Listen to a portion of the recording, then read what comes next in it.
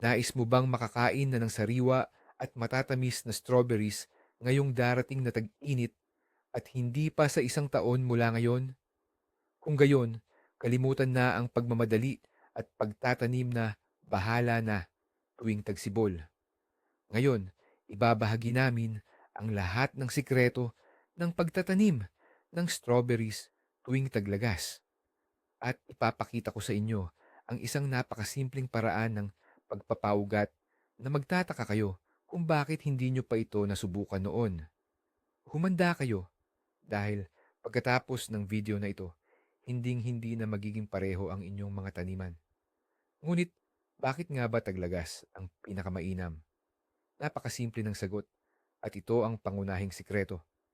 Plinano na ng kalikasan ang lahat para sa atin. Tuwing tagsibol, ang halaman ay nasa ilalim ng matinding stress. Kailangan nitong ilaan ang enerhiya sa maraming bagay ng sabay-sabay. Pagpapaugat, pagpapalaki ng dahon, at tangkay, pamumulaklak at pagbubunga. Napakalaking pasanin nito.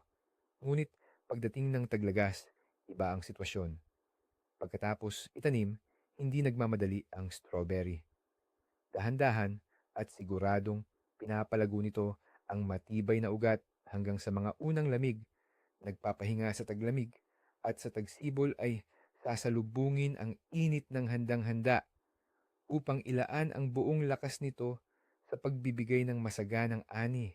Kung gayon, isa-isahin natin ang madali nating paraan at sisimulan natin sa pinakamahalaga, sa pundasyon. Ito ang pagpili ng tamang panahon para sa pagtatanim sa taglagas. Alam nyo, parang sa sports lang yan, mahalaga ang tamang simula. Kung magtatanim ka ng masyadong maaga, halimbawa sa kainitan ng Agosto, ang mga malambot na punla ay malalanta lang.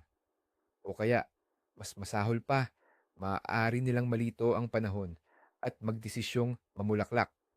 Ang kailangan natin ngayon ay hindi bulaklak, kundi malalakas na ugat. Kung magtatanim naman ng masyadong huli, kung kailan 1 linggo o 2 linggo na lang bago dumating ang pagyayelo, ang sistema ng ugat ay hindi na makakakapit ng maayos sa lupa. Ang ganoong halaman ay magiging mahina at maaaring hindi makaligtas sa una nitong taglamig. Kaya, nasaan ang ginintuang gitna? May isang simpleng panuntunan. Ang isang punla ay kailangan ng humigit kumulang 3 hanggang 4 na linggo ng mainit na panahon bago tuluyang dumating ang pagyayelo. Sapat na ang panahong ito para makapagpakaugat ito ng husto. Siyempre, walang iisang petsa na akma para sa lahat. Kung nakatira ka sa timog, ang iyong panahon ay mula sa huling bahagi ng Setyembre at maging sa buong Oktubre. Para sa gitnang bahagi, ang perpektong panahon ay mula sa huling bahagi ng Agosto hanggang kalagitnaan ng Setyembre. Ngunit sa mga hilagang rehiyon tulad ng Ural at Siberia, mas mainam na wag na itong patagalin at itanim na sa Agosto. Kaya, ang pangunahing payo dito, huwag lang umasa sa kalendaryo, kundi sa weather forecast para sa inyong partikular na lugar. Sa sandaling humupa ang matinding init at lumamig na ang mga gabi, ibig sabihin, dumating na ang tamang panahon. Ang masikop ang sandaling ito ay ang paggawa ng una at pinakamahalagang hakbang tungo sa isang saganang ani. Ngayon, pag-usapan naman natin ang tamang lugar para sa ating magiging taniman ng strawberry. Ang strawberry, or mas kilala bilang garden strawberry, ay talagang mahilig sa araw. Kapag mas marami itong nasisikatan, mas magiging matamis, mabango, at malaki ang inyong bunga. Kaya, kalimutan na ang pagtatanim nito sa mga lilim na sulok sa likod ng bahay o sa ilalim ng mga puno. Kailangan natin ang pinakamaliwanag na lugar sa inyong bakuran, yung nasisikatan ng araw ng hindi bababa sa 6 hanggang 8 oras kada araw. Ang pinakamainam ay patag na lupa o bahagyang paahon na nakaharap sa timog o timog kanluran. Bakit ito mahalaga? Dahil sa ganitong uri ng lokasyon, mas mabilis uminit ang lupa at hindi naiipon ang labis na tubig pagkatapos ng ulan. Iwasan ang mga mabababang lugar. Doon nagkakaroon ng malamig na hangin at mas tumataas ang panganib ng pagkabulok ng ugat. May isa pa kaming payo mula sa mga batikang hardinero. Tingnan kung ano ang nakatanim sa lugar na iyon bago kayo magtanim ng strawberry. Huwag kayong magtatanim sa lugar na tinamnan ng patatas, kamatis, sili at talong. Mayroon silang parehong sakit sa strawberry. Ngunit kung ang nakatanim doon ay sibuyas, bawang, carrots, gisantes o anumang uri ng gulay, iyan ang perpektong lugar. Pinapabuti nila ang kalusugan ng lupa at sila ang magiging pinakamainam na naunang tanim. Ang tamang pagpili ng lugar ay kalahati na ng tagumpay. Okay, mayroon na tayong napiling lugar. Ngayon, ang pinakamahalagang bahagi, ang paghahanda ng taniman. Hindi ko biro nang sabihin kong parang pundasyon ito ng bahay. Dito nakasalalay ang 70% ng tagumpay. Simulan natin sa lubusang paglilinis. Kailangan nating alisin ang lahat-lahat ng damo, lalo na ang mga pangmatagalan na mahirap patayin. Huwag kayong tamarin. Siguraduhing mahugot ang bawat ugat. Kung iiwanan ninyo ang mga ito, pagdating ng tagsibol, sila ang magiging pinakamasamang kalaban ninyo. Aagawin nila ang tubig at nutrisyon ng inyong mga strawberry. Pagkatapos malinis ang taniman, kailangan itong hukayin ng malalim. Talagang buong pala ang lalim ng paghuhukay. Ang layunin natin ay gawing maluwag at mahangin ang lupa, parang isang malambot na unan kung saan ang mga bagong ugat ay madaling lumaki at kumalat ng komportable. Ang mga bukol ng lupa na matigas ay kailangang durugin gamit ang kalaykay. At dito nakatago ang isang maliit ngunit napakahalagang sikreto na madalas nakakalimutan ng marami. Pagkatapos mahukay, kailangang magpahinga at umayos ang lupa. Hayaan ninyo itong magpahinga ng kahit 1 linggo o mas mainam kung 2 linggo. Kung itatanim ang mga punla sa bagong hukay, malambot na lupa, pagkatapos ng mga ulan at pagdidilig, lulubog ito at kasama nitong hihilahin ang mga tanim. Bunga nito, ang puso ng halaman ay matatabunan na halos siguradong magiging sanhi ng pagkamatay ng halaman. Kaya huwag magmadali.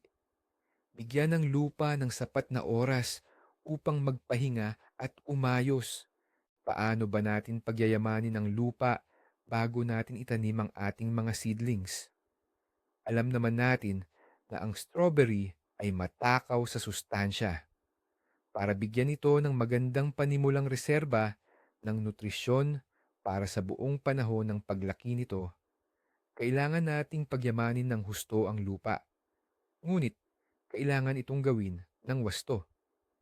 Sa bawat metro, kwadrado, ng iyong gagawing taniman, inirerekomenda akong maglagay ka ng humigit kumulang 1 balde ng hinog na compost o organikong pataba.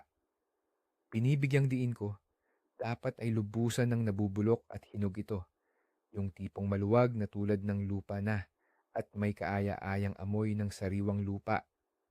Dagdag pa rito, maglagay din tayo ng 1 baso ng abo ng kahoy.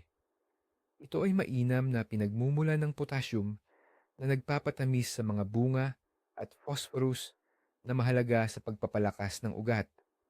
Ang abo ay nakakatulong din na magpababa ng acidity ng lupa, isang kondisyon na gustong-gusto ng strawberry. At bilang komprehensibong pataba, maaaring magdagdag ng 1 kutsara ng nitroammo fosca. Ang mga butil nito ay dahan-dahang matutunaw na magbibigay ng sustansya sa mga halaman sa mahabang panahon. Ang lahat ng sangkap na ito ay kailangan ikalat ng pantay-pantay sa ibabaw ng nalinang na lupa at pagkatapos ay muling hukayin ng bahagya o maingat na haluin gamit ang kalaykay para ang lahat ng pataba ay lubusang mahalo sa ibabaw na bahagi ng lupa. Ang ganitong masustansyang timplada ng lupa ay magiging perpektong kapaligiran para sa mabilis na pag-ugat at sa masaganang ani sa hinaharap. Ngayon, basagin na natin agad ang isang maling akala na laganap pero lubhang mapanganib. Maraming baguhang hardinero, lalo na ang mga sumusunod sa mga nakagawiang payo, ang naniniwala na ang pinakamagandang pataba ay dumi ng hayop at maluwag sa kamay itong ikinakalat sa taniman bago magtanim. Mga kaibigan, huwag ninyong gagamitin ang sariwang dumi ng hayop sa pagtatanim ng strawberry tuwing taglagas. Ito ay isa sa pinakamalaki at pinakamapanirang pagkakamali. Bakit? Una, kapag nabubulok ang sariwang organikong material, naglalabas ito ng napakaraming init. Maaari nitong literal na sunugin ang pinong at bagong ugat ng mga punla. Hindi uugat ang halaman, kundi mamamatay. Pangalawa, ang sariwang dumi ng hayop ay mayroong mataas na antas ng ammonia na nasa agresibong anyo na nakakalason din sa ugat. Pangatlo, ito ay isang pugad para sa mga larvae ng peste tulad ng mga uod ng salagubang at pinagmumula ng mapaminsalang fungi. Hindi mo mapapataba ang lupa, kundi mahahawaan mo lang ito. Kung sariwang dumi ng hayop lang ang available sa inyo, dapat sana ay inihalo ito sa lupa sa paghuhukay tuwing tagsibol para sa naunang pananim upang sa pagdating ng taglagas ay nabulok na ito ng husto. Tandaan ang simpleng patakarang ito. Tuwing taglagas, tanging ganap na nabulok na compost o humus lamang ang gamitin. Ang sariwang dumi ng hayop ang ating kaaway numero 1. Dumako tayo sa pagpili ng ating pananim. Tandaan na ang kalidad nito ang direktang magdidikta sa tagumpay ng ating pagtatanim at sa dami at ganda ng ating ani. Mayroon tayong dalawang pangunahing opsyon. Una, ang mga sariwang suwi na kukunin mo mismo mula sa iyong mga tanim na namumunga na sa iyong bakuran. Ikalawa, ang punla na nakatanim sa tray na mabibili sa mga nursery or garden center. Bawat paraan ay may kani-kaniyang kalamangan at kawalan. Ang pagkuha ng punla mula sa sarili mong mga suwi ay, siyempre, libre at sigurado ka sa uri ng iyong tanim. Ngunit may panganib kang mailipat ang sakit at peste mula sa lumang taniman patungo sa bago. Bukod pa rito, ang mga suwi ay madalas na may iba't ibang kalidad. Sa kabilang banda, ang punla na nakatanim sa tray ay karaniwang malusog at matibay na material na mayroon ng kumpleto at protektadong ugat. Ang mga ganitong uri ng punla ay nakakaranas ng minimal na stress sa paglipat at halos garantisadong mabuhay at lumago. Pero syempre, may kaakibat itong gastos at may panganib na makabili ka ng ibang uri kaysa sa nakasaad sa label. Kaya, ano ang dapat mong piliin? Kung sigurado ka sa kalusugan ng iyong mga dating tanim na strawberry at nagbibigay sila ng mahusay na ani, malaya kang gumamit ng mga suwi. Ngunit, kung nagkasakit ang iyong mga strawberry or gusto mong mag-update ng mga uri, mas mainam na huwag ipagsapalaran at bumili ng dekalidad na punla na nakatanim sa tray mula sa pinagkakatiwalaang lugar. Ito ay isang pamumuhunan na siguradong magbubunga. Kung nagpasya kang gamitin ang mga suwi mula sa sarili mong halaman ng strawberry, mayroon kaming isang simple pero napakahalagang sikreto sa paghahanda nito.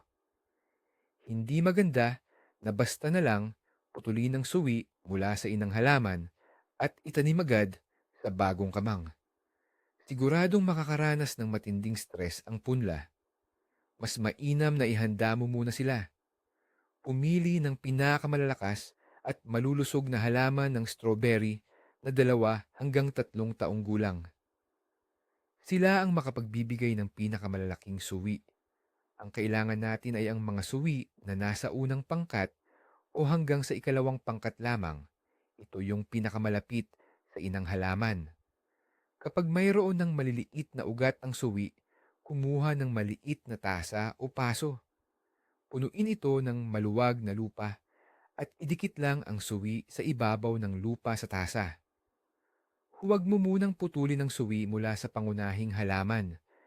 Sa ganitong paraan, binibigyan natin ng pagkakataon ang punla na palakasin ang sarili nitong ugat habang patuloy pa rin itong kumukuha ng sustansya mula sa ina. Pagkatapos ng ilang linggo, makikita mong mabubuo na ang malakas na sistema ng ugat sa loob ng tasa. Ngayon, maaari mo nang putulin ang suwi. Mayroon ka ng punla na may saradong sistema ng ugat na makakatulong para malagpasan nito ang paglilipat ng walang hirap. Ang simpleng pamamaraang ito ay malaki ang maitutulong para masigurong mabuhay ang halaman at mabigyan ito ng matibay na simula kapag bumibili tayo ng mga tanim, lalo na sa palengke o sa mga individual na nagbebenta. Kailangan nating maging maingat para hindi tayo malinlang. Ipapakita ko kung ano ang mga dapat tandaan para makapili tayo ng tunay na magandang kalidad na punla. Una, tingnan natin ang mga dahon. Dapat mayroon itong hindi bababa sa 3 o 4 na piraso. Dapat ay malusog ang kulay berde, matingkad, at walang anumang mantsa, butas, o puting kaliskis. Ang maputla, naninilaw, o dipormang dahon ay malinaw na senyales ng sakit o kakulangan sa nutrisyon. Pangalawa, tingnan naman natin ang puso ng punla.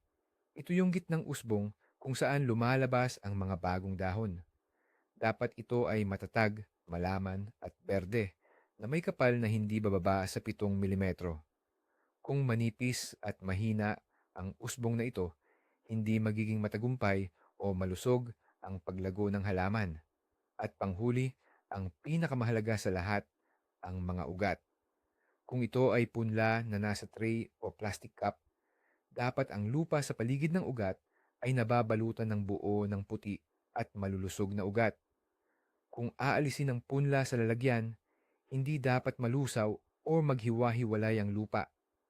Kung bibili naman kayo ng punla na walang lupa, bare root, dapat ang mga ugat ay malago, maputi, at may habang 5 hanggang 7 sentimetro.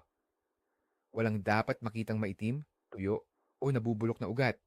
Huwag kang mahiya na busisiin at tingnan ng maigi ang bawat punla. Mas mabuting gumugol ng 5 minuto sa pagpili kaysa pagsisihan sa huli ang nasayang na pera at oras. Kaya, ang ating kamang taniman ay perpektong handa na at hawak na natin ang pinakamagagandang punla. Dumako na tayo sa pinakamahalagang sandali, ang pagtatanim. Sa unang tingin, tila napakadali lang. Maghukay ng butas, ilagay ang punla at takpan ng lupa.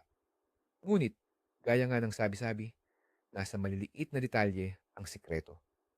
Dahil sa tamang paggawa ng prosesong ito, nakasalalay kung gaano kabilis titibay ang mga strawberry at kung hindi ba sila mamamatay sa unang taglamig.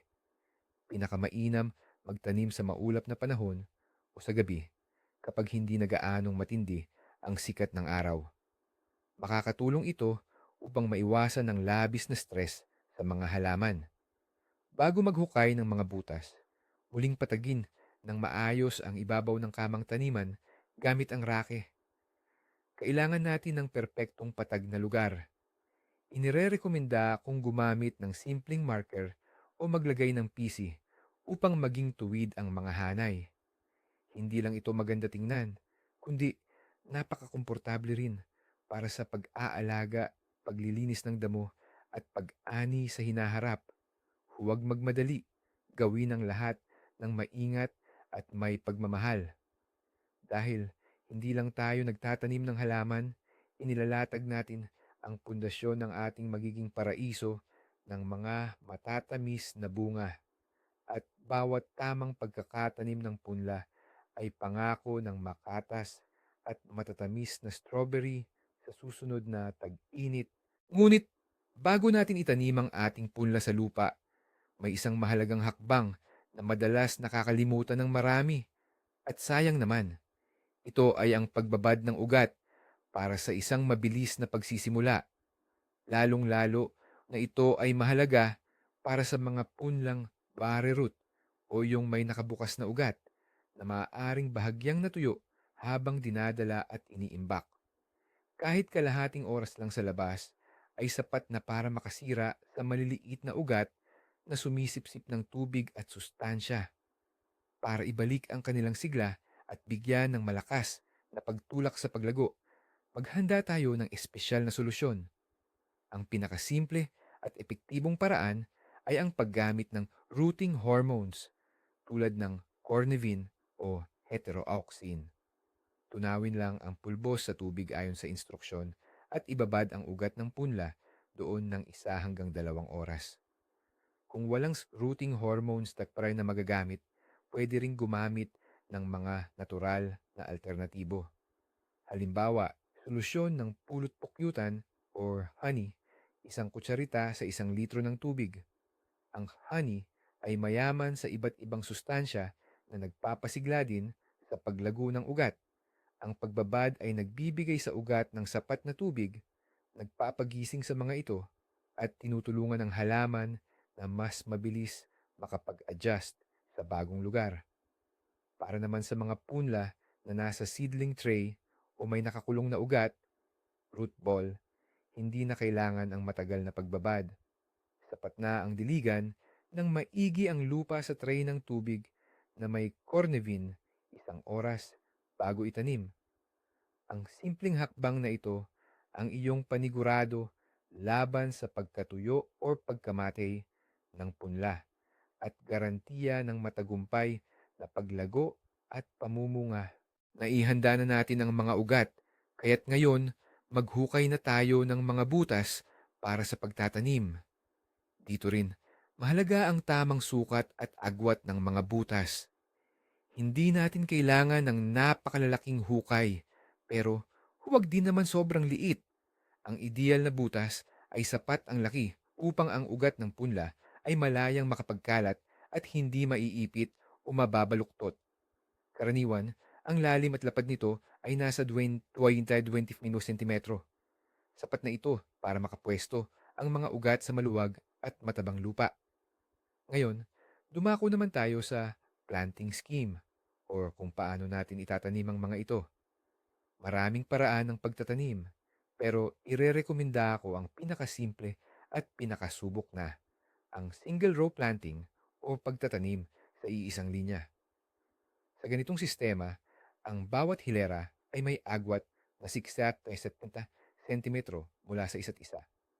Ang malawak na pagitan sa bawat hilera ay magbibigay ng magandang bentilasyon sa mga halaman pagdating ng panahon, na napakahalaga para maiwasan ang mga sakit na dala ng fungi. Bukod pa rito, magiging komportable kayong maglakad sa pagitan ng mga hanay para alagaan ang mga halaman at mamitas ng mga bunga. Sa mismong hilera, ang agwat ng bawat halaman ay dapat nasa 30 sentimetro. Huwag masyadong siksikin ang pagtatanim. Sa unang tingin, baka maisip ninyo na masyadong maluwag o maraming bakanting espasyo sa taniman.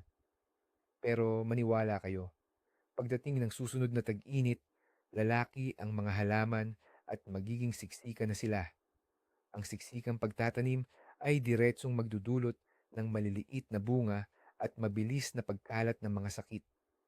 Ang pagsunod sa mga simpleng agwat na ito ay ang susi sa isang malusog at masaganang ani sa loob ng maraming taon. At heto na nga tayo sa pinakamadalas at pinakamapinsalang pagkakamali ng mga baguhan, ang maling lalim ng pagtatanim. Nakita ko na ang daan-daang taniman kung saan halos kalahati ng mga halaman ang namatay dahil lang dito. Mayroong dalawang matinding sitwasyon dito at pareho itong nakakasama. Ang una ay ang sobrang lalim na pagtatanim.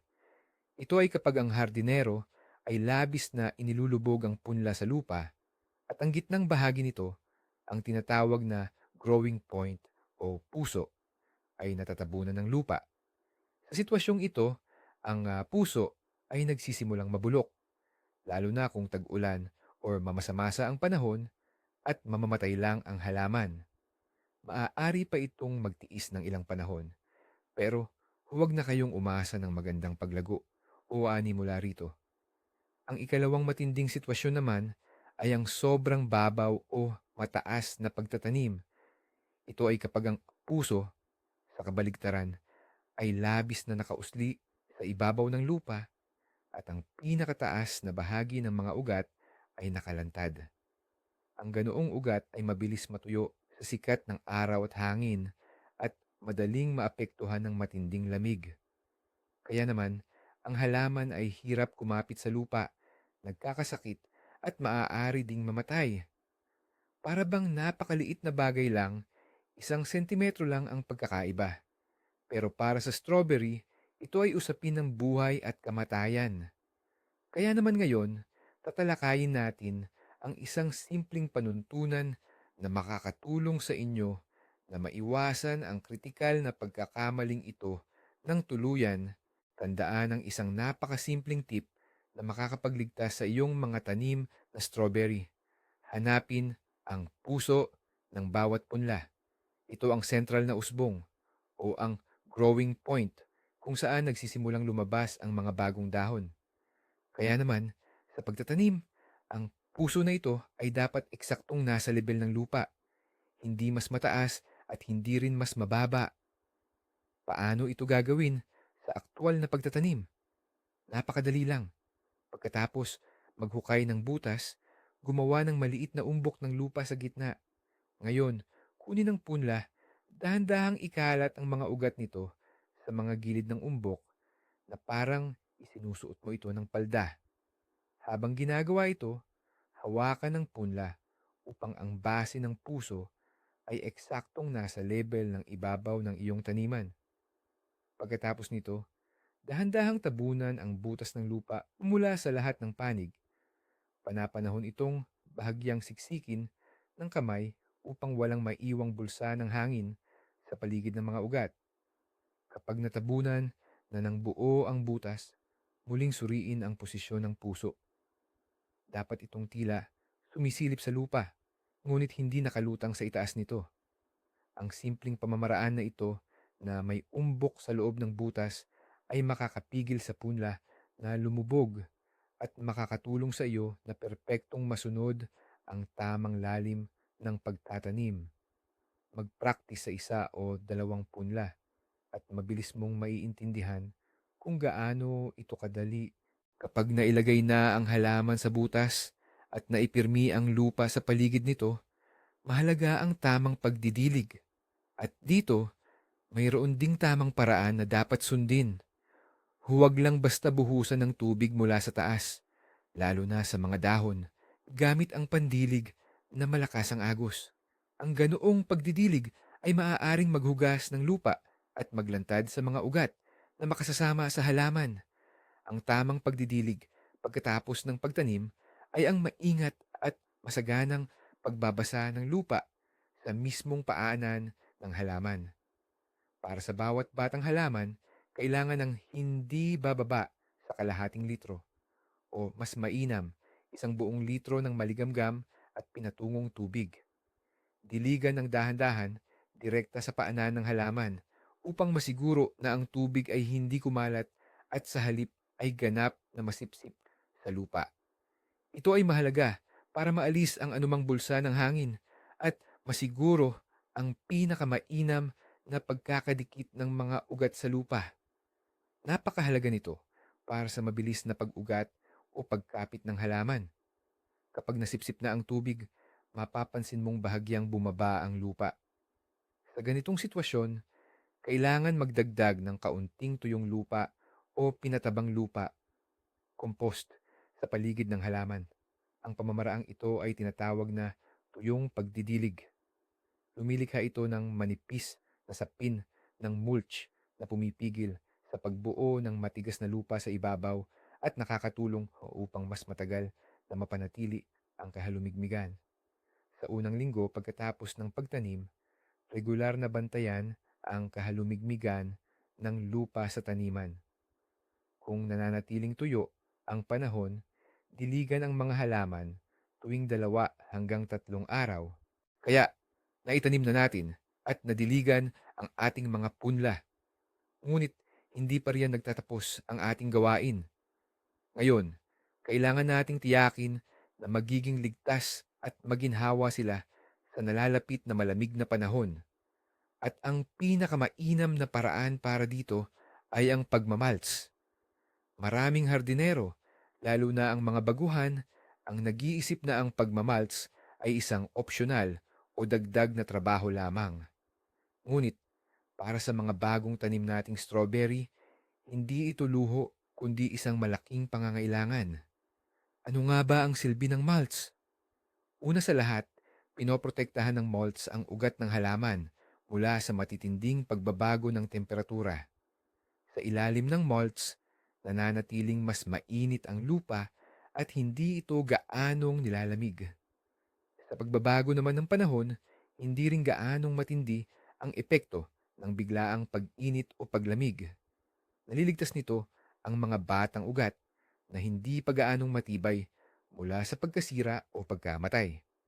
Pangalawa, napapanatili ng malts ang kahalumigmigan ng lupa, kaya't mas madalang mo nang didiligan ang iyong mga halaman. Pangatlo, pinipigilan din nito ang pagtubo ng damo, lalo na kapag nag-init muli ang panahon. At panghuli, ang organikong malts, habang unti-unting nabubulok, ay nagiging karagdagang nutrition or pataba para sa ating mga halaman. Kaya't sa pagmamalts ng iyong taniman ng strawberry, pagkatapos itanim, marami kang problemang masusolusyunan at maililikha mo ang perpektong kondisyon para makayanan ng iyong mga strawberry ang malamig na panahon.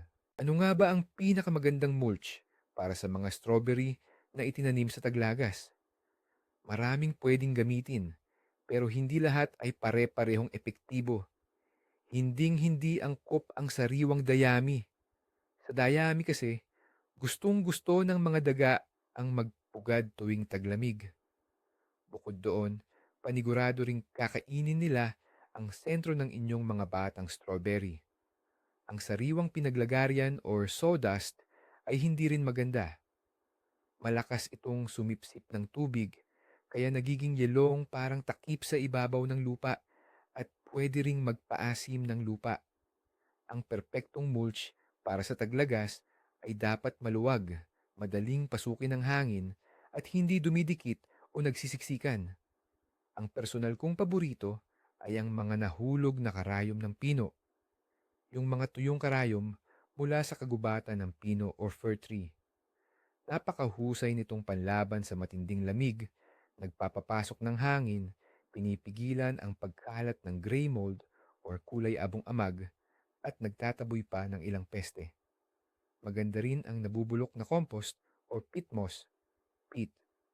Hindi lang nito pinaiinit ang mga ugat, nagsisilbi pa itong karagdagang pataba. Pwede ring gumamit ng tuyong mga dahon, basta galing sa mga punong walang sakit, tulad ng birch o maple. Ang kapal ng mulch ay dapat mga 5 hanggang 7 sentimetro. Ilagay ito sa paligid ng bawat halaman, iwasang matabunan ang sentro nito. Mas magandang mag-mulch hindi agad pagkatapos magtanim, kundi malapit na sa simula ng matinding lamig kapag ang ibabaw ng lupa ay bahagya ng nayelo. Ano ang gagawin kung ang strawberry na itinanim mo nitong taglagas ay biglang namulaklak? Nangyayari ito minsan, lalo na kung mahaba at mainit-init ang taglagas. Naguguluhan ang halaman sa panahon at naiisip nitong oras na para mamunga. Huwag kang mag-alala, hindi ito masama, pero kailangan ng iyong atensyon.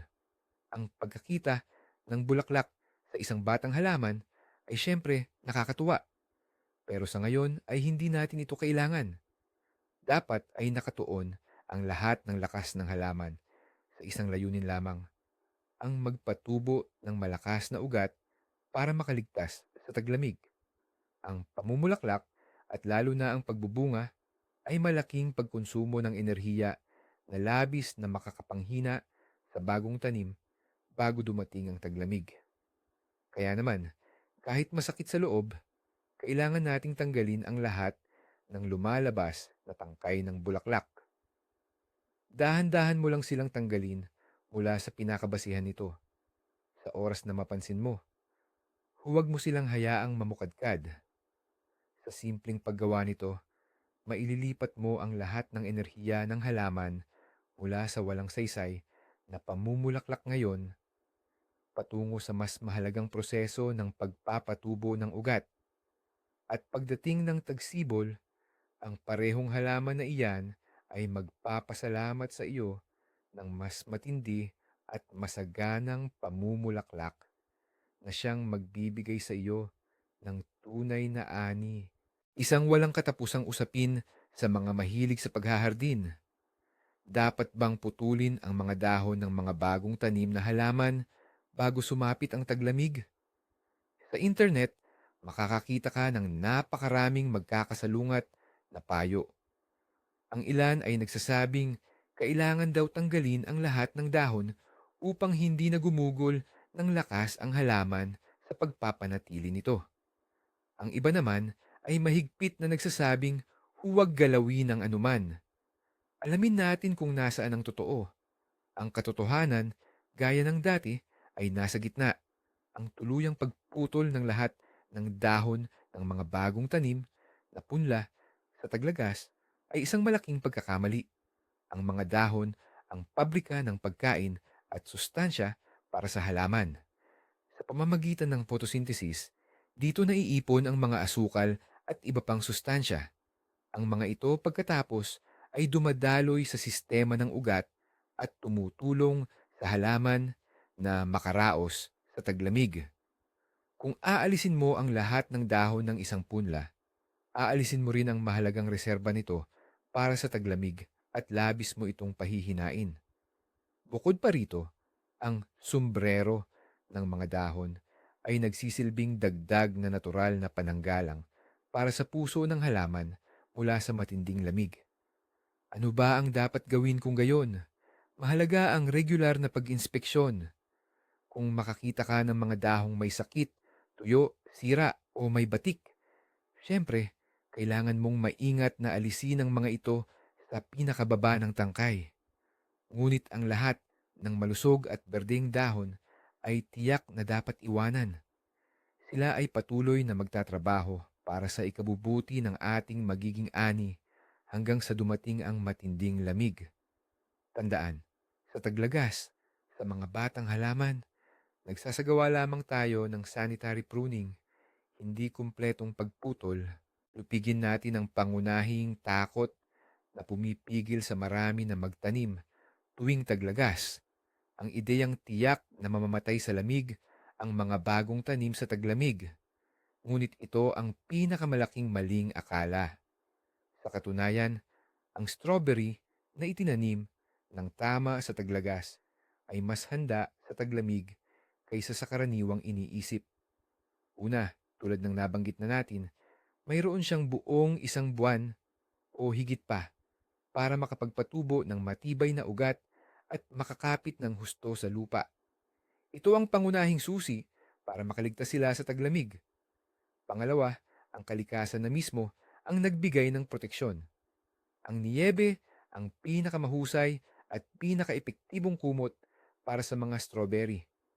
Isang 20-30 sentimetrong kapal ng niyebe ay sapat na para protektahan ang mga halaman kahit sa 30 gradong lamig. Sa ilalim ng ganoong panangga, ang temperatura ng lupa ay bihirang bumaba sa -5 hanggang 7 degrees Celsius na hindi naman nakakapinsala sa mga strawberry. Maaaring lumitaw ang problema lamang sa mga itim na taglamig o mga panahong walang niyebe kung saan ang matinding lamig ay direktang tumatama sa lupang nakalantad. Ngunit kahit sa ganitong sitwasyon, makakatulong pa rin ang tamang pagmamulsa na nabanggit na natin. Kaya huwag kayong matakot.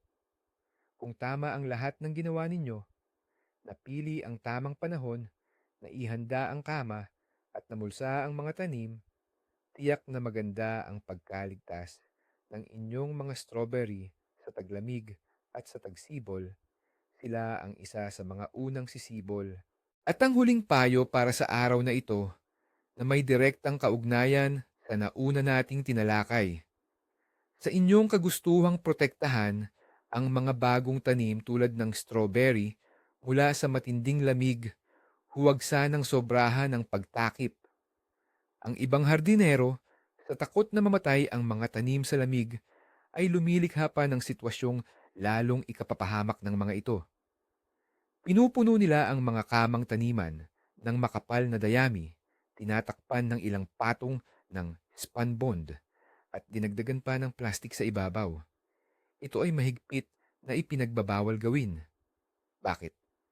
Dahil para sa strawberry, sa taglamig, hindi ang matinding lamig ang pinakamalaking banta, kundi ang pagkabugok o pagkabulok na dulot ng labis na init at halumigmig sa ilalim ng takip. Sa ilalim ng ganyang makapal at hindi nakakahingang takip, tuwing umiinit ang panahon sa taglamig o maagang tagsibol, naiipon ang moisture o halumigmig. Lumilikha ito ng greenhouse effect. Ang mga crowns, puso ng halaman, at ugat ay nagsisimulang mabulok at umuunlad ang sakit na dulot ng fungus tulad ng gray mold, amag. Bilang resulta, pagdating ng tagsibol, sa halip na malusog na halaman ay puro bulok ang inyong makikita. Tandaan, ang pinakamainam na proteksyon ay ang niyebe. Ang ating gawain ay tulungan lamang ang niyebe na manatili sa kamang taniman. Para dito, maaari ninyong ilatag sa ibabaw ang mga sanga ng puno ng fir o simpleng mga sanga na natira matapos magtabas ng mga puno. Ito ay magsisilbing snow retainers o pansalo ng niyebe. Ang karagdagang takip gamit ang non-woven material ay kailangan lamang sa mga rehiyon na may matinding at walang niyebe na taglamig. Ngunit kahit sa ganitong kaso, ang takip ay dapat maging magaan at nakakahinga, at heto na ang mahalagang punto na madalas nating nalilimutan. Ang sikreto ng tagumpay sa pagtatanim sa taglagas ay wala sa anumang mahiwagang abono or komplikadong teknik sa paghahalaman. Ang sikreto ay hinahayaan lang natin ang kalikasan na gawin ang kanyang trabaho. Ang isang tanim na strawberry na itinanim sa taglagas ay parang isang matalinong atleta. Ginugugol nito ang buong taglagas at taglamig sa pagpapalakas, nagpapalaki ng muscle o ang kanyang mga ugat. Samantala, ang punla naman na itinanim sa tagsibol ay parang isang kabayong pagod na pinipilit agad tumakbo ng marathon at magbuhat ng mabigat na karga. Ang panahong ito ng pamamahinga at pag-uugat sa taglamig ang nagbibigay ng malaking kalamangan sa mga itinanim sa taglagas. Pagdating ng tagsibol sa inyong hardin, hindi na mahinang punla ang makikita ninyo, kundi isang buo at malakas na halaman, handa ng mamulaklak at mamunga. Ito ang dahilan kung bakit ang ani sa susunod na taon mula sa pagtatanim sa taglagas ay palaging mas marami at mas maganda ang kalidad. Kaya, ang pagtatanim ng strawberry sa taglagas ay hindi lang basta alternatibo, kundi isang tunay na matalino at madaling paraan para makakuha ng garantisadong ani. Binibigyan ninyo ng oras ang halaman at ito'y magpapasalamat sa inyo ng saganang ani. Maraming salamat sa inyong panunood ng video na ito hanggang dulo. Kung may natutunan kayong bago at kapaki-pakinabang, paki-like at mag-subscribe sa channel para hindi ninyo mapalampas ang iba pang mga garden tips. Ngayon, may tanong ako sa inyo. Nagtatanim din ba kayo ng strawberry sa taglagas? Or mas gusto ninyo pa rin ang tradisyonal na pagtatanim sa tagsibol? Ibahagi ang inyong karanasan at opinyon sa comments. Pag-usapan natin.